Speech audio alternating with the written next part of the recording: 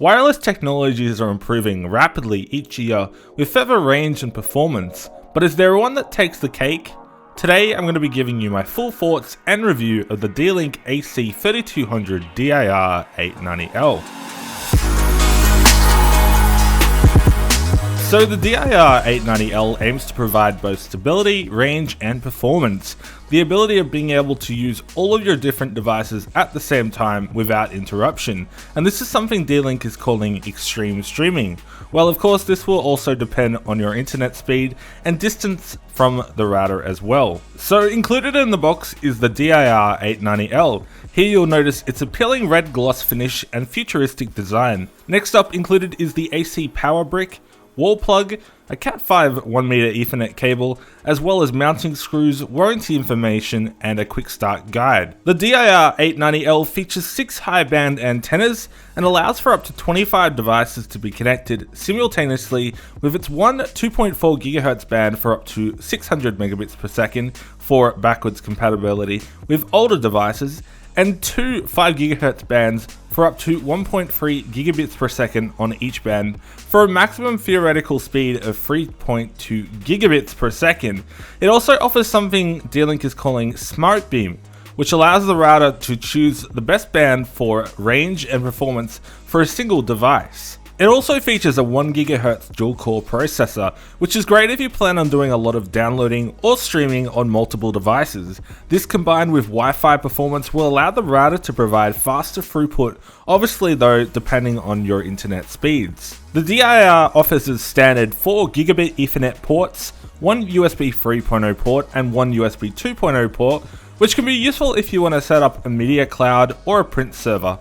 A WPS button for a quick device setup, and a one port for connecting your DSL and fiber connection. If you want something a little bit more advanced than the included quick setup interface, there is also the option to manually install DDWRT, an open source firmware that allows the DIR-890L to go further for advanced users. This is especially great for those of you who use a VPN service and want to set up your entire network to use it. Setting up was actually pretty simple. Once you've connected the power and DSL or fiber connection, you're basically up and running. However, diving a little deeper into the default setup page, we have a few options to help us get started. First, you'll be greeted asking to detect if internet is available, which hopefully it should be. Next up, it'll ask you to set up a new Wi-Fi and system page password. And finally, it'll ask you if you want to sign up for a My D-Link account. This is especially useful if you want to take control of your router on your iOS or Android device. And now, once we're set up, we'll now see the main page. From the main page, we have a few viewing options, which shows devices connected to the router. There are also a couple of options we'll have a look at. One would be the advanced QoS engine. This allows you to assign a device to receive device network priority. I would have, however, liked to have seen some predefined presets which would allow the QoS engine to take more control of something like a gaming device for low ping times and at the same time media streaming like Netflix or YouTube. The next option is the SharePort feature. This allows you to plug in a USB stick or hard drive to either the USB 3.0 port or the USB 2.0 port and allows you to share that content over your network using it, for example, on a smart TV, game console, or tablet device. So wireless performance was pretty good in most areas of my house. In my testing, I used an iPad 3rd generation, a Samsung Galaxy S4, PlayStation 4 and Xbox One, and finally an Apple TV 2nd generation. Unfortunately, in my use case scenario, I was only able to really take somewhat full advantage on my Samsung Galaxy S4 as my other devices are using wireless N. On the speed performance side, it was actually pretty good on the older devices. I was able to use my phone and tablets from just outside of my house. Granted, it's more of a medium-sized home, and I was able to get a good consistent speed. My Samsung S4 was getting top speeds of around 866 megabits per second on the 5 GHz network. While I did suffer in slow performance sometimes on the PlayStation 4, even when setting up the device in QoS device priority, I wouldn't call it a deal breaker. My experience on the Xbox One was fine, however I would still recommend using a Ethernet cable as a standard for gaming for reliable ping times, which is what is most important in gaming. So let's take a look at some of the pros and cons of the DIR-890L. Starting with the pros, I think this is a good router for someone with a medium-sized home. I think that if you have a large home, you may want to look at something a little bit different because of the fact that it doesn't have external antennas. I would definitely recommend this product though if it did have external antennas for a large house.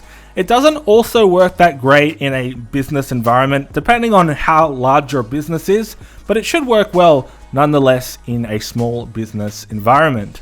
Another pro here is to be able to access the router remotely from anywhere around the world, and this gives you full advantage of things like viewing your media on the share port and also taking control of the device. Say you want to disable the Wi-Fi, for example, on the go. So this is a good little option to have at your fingertips. Something I really liked about the DIR-890L was its clean yet futuristic design. I think that this would look nice in any sort of modern home depending on your decor, and it has the option as well of being able to be mounted onto a ceiling or another location of your preference. A great promise here is its great speeds at long range and performance, and I really feel like this truly does do a great job at providing that with its 6 high band antennas. So taking a look at some of the cons of the DIR-890L, it does offer that red gloss finish, which is very eye appealing, but it is prone to dust if that's something that you care about.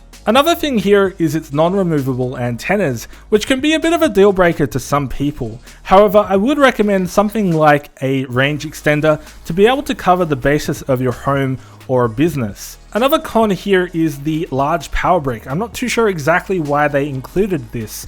Is it something to do with heat consumption of the device? It definitely doesn't feel like it gets hot, but it also doesn't fit within someone's home and maybe their decor as well. And finally, I think that this router is really aimed towards those with newer devices running the AC standard, as using more older devices with the router may suffer in performance considering it's using the 2.4 GHz network and not taking full advantage of those 6 antennas. So to wrap up my final thoughts of the DIR-890L, I think if you're in the market for a wireless router, then the DIR-890L could be a good option for you. If you're buying it for a medium-sized home or an apartment, and if you have more than 10 devices that you generally use or have connected at the same time. Its 1 GHz dual-core CPU is especially useful for people who download or stream a lot of content as well. However, I'm not sure I would really recommend this to a large business customer if you're a business that relies on range and performance. If it's a small business, however, then this should be suffice. However, I would still recommend range extenders to extend the range and performance. So that's going to wrap it up for my thoughts and review of the D-Link AC3200 DIR-890L. Would like to extend my thanks to D-Link for sending this product for unboxing and review. But if you guys enjoyed this review video, please like, share and comment. I do appreciate it.